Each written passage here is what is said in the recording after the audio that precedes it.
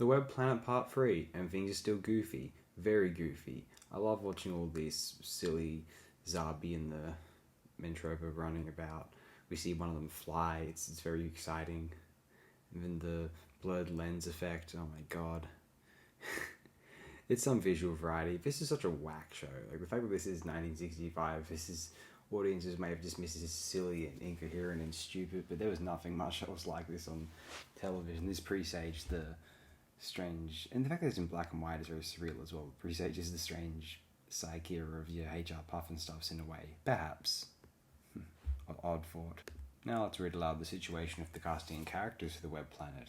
The script for the third episode was structured to omit Barbara, as Jacqueline Hill was scheduled to take a week's holiday. She retained a credit in radio times, but not on screen, as was common when the regular cast was absent. Hill formally complained on the 1st of March 1965 and requested that her credit be reinstated for overseas sales, but this was not acted upon. Lambert felt that Barbara's occupation as a school teacher meant that she should often work to save the day, as in the Web Planet. All guest characters in the serial are non-humanoid. Casting interviews for the Web Planet took place on the 8th of December 1964.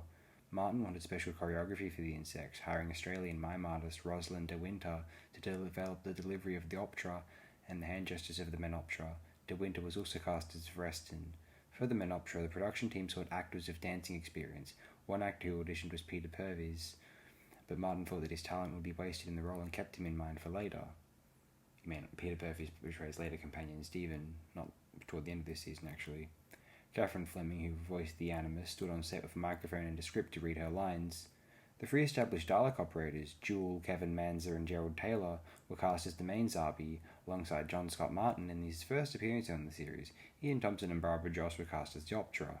Thompson had worked with Martin in the past, and Joss was an experienced dancer from Australia. Thompson and Martin collaborated to create the creature's dialogue and behaviour. Anne Gordon, who ran an antique stall in Portobello Road, was cast by Martin as she had large eyes suitable for an insect.